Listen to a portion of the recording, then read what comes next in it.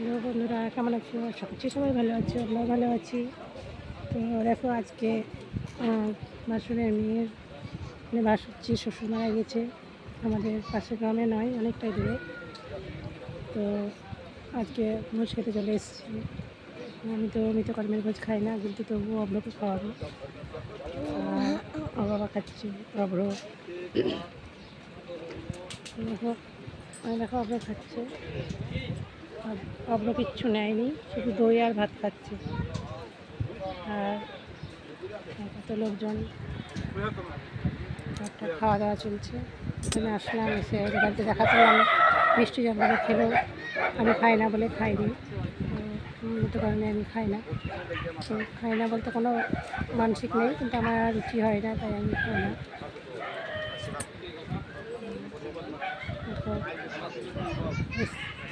অনেক দেরিতেই এলাম, কারণ আমার হাজব্যান্ড স্কুল থেকে আসলো, তারপর স্কুল থেকে এসে এলাম।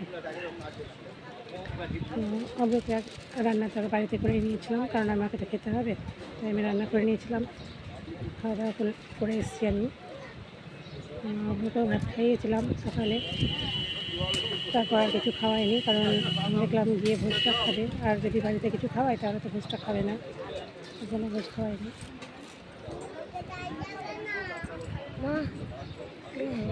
এখানে আমার আর একটা কেন এখানে আমার আর একটা বাসুরের মেয়ে দিয়ে হয়েছে না, পেটটা ভরবে না। আর একটু দই দিয়ে, দইটা তুমি খাও, আমি ভাতটা খাইয়ে দেবো। তাড়াতাড়ি করো, হাতে হবে না বাবা, আমি মুখে ভরে দেবো, তুমি দইটা ভরে দেবে না। দই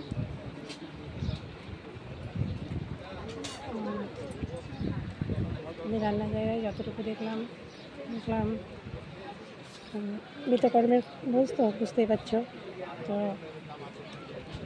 শাক, ভাত, ডাল আর মেনু দেখলাম যতটুকু।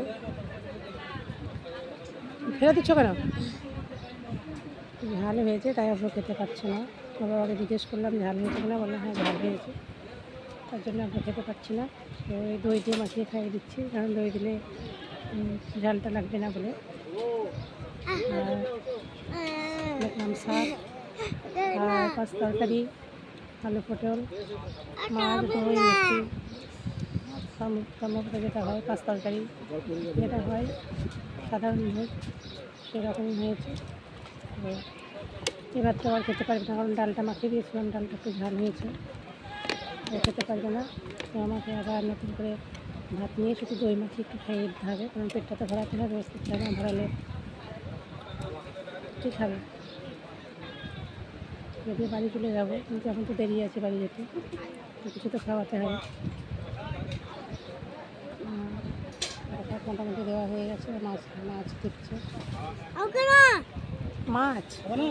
মাছ তো একটু খাও, একটু না কেন তা খাবে না।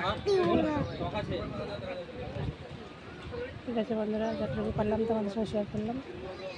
টাটা, পরের ভিডিওতে আবার দেখা হচ্ছে।